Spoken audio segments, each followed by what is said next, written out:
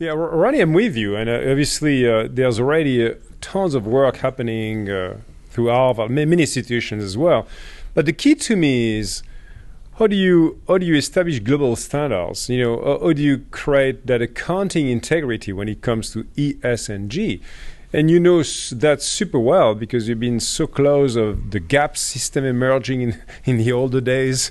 What is the new GAP system that globally could become relevant for all business so that there's one version of the truth that can be really analyzed the same way? Are we going to get there, you think? What is needed to go there? We're definitely getting there, and we're going to get there within the next 3 to 5 years. Why? Because the data around impacts is stock price sensitive, as we've been saying. And the more data abounds, the less verified data, the less comparable data there is, the bigger the problem for regulators who want to maintain orderly markets. Yep. That's why you see standardization coming in now through the SEC and the ISSB.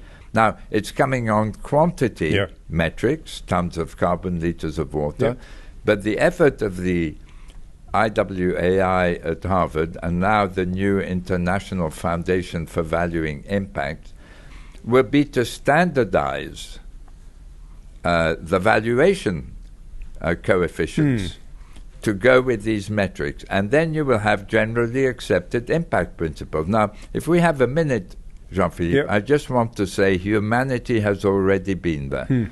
After the crash of 29, investors sat up and realized they had been investing in companies without understanding what profits they made. Every company could pick its own accounting policies, and there were no auditors to verify the numbers. It took 4 years to get to the mandatory use of GAAP accounting and the use of auditors. 2 years after COVID-19, we already have efforts to standardize the impact metrics of quantities.